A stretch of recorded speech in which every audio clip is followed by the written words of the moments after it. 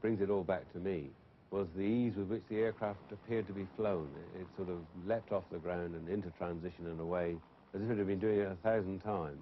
You didn't feel it was a faltering sort of, let's see how it goes this time, chaps. It was confident in the extreme.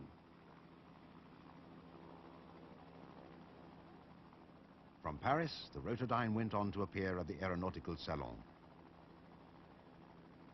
There it was met with interest by companies such as Kaman Aircraft Corporation and the Okanagan Helicopter Group.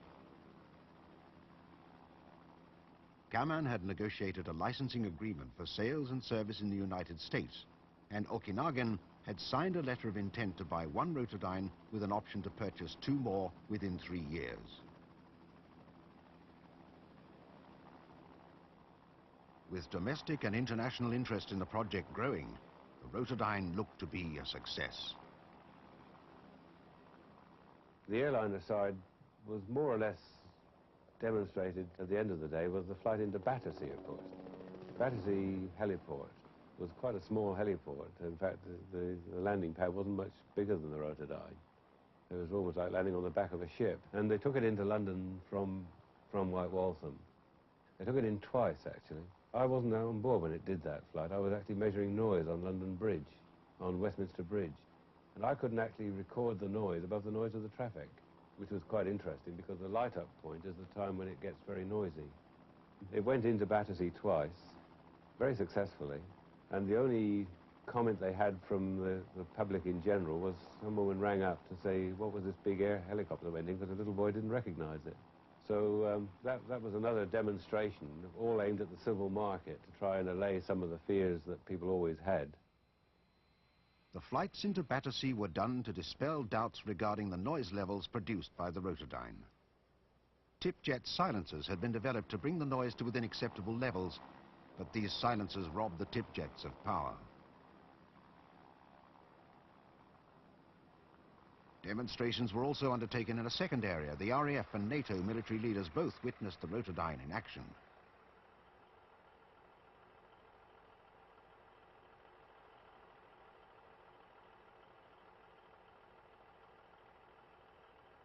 The other area that we hoped we would sell the aircraft was to the military. We wanted to show them that there was a place for big helicopters.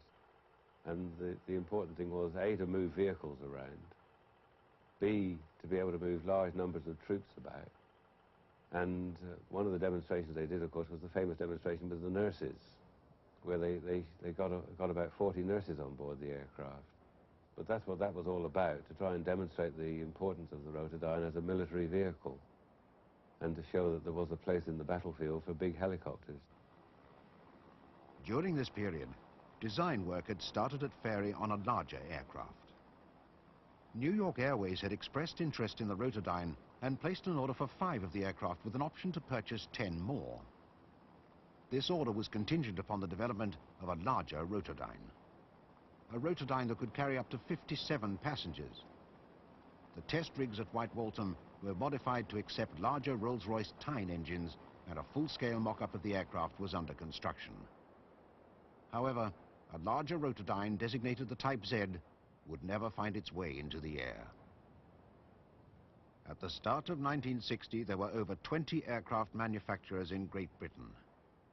By 1961, these companies had been combined into 3.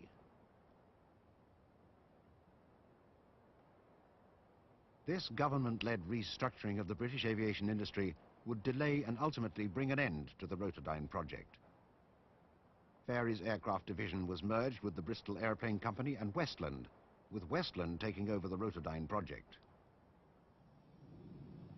The ensuing corporate reorganization delayed development of the Type Z and gave potential customers the impression that Westland was not enthusiastic about the project. However, there is evidence to the contrary.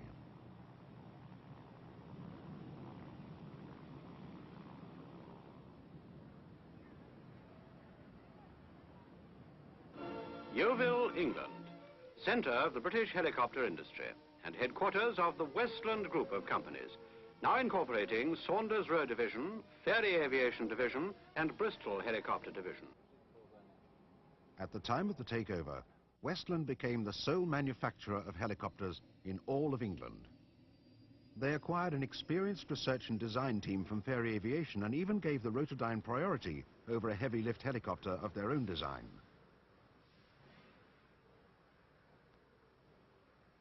Further government support for the project was promised, but there was one condition. This support was based on the expectation of an order for the aircraft from British European Airways and a firm order from the military. These orders were not to materialize. Rotodyne was cancelled after delays to the program due to the corporate restructuring and a lack of interest on the part of the military. With no military order, there was no government money for development of a larger Rotodyne. In turn, Okanagan and BEA withdrew their offers, and the program was effectively over. After 4 years of flight testing and £11 million invested, the Rotodyne came to an official end in February 1962. All that remains of the aircraft is a section of the airframe, the rotor head, and one rotor blade at the British Rotorcraft Museum in Western-super-Mare.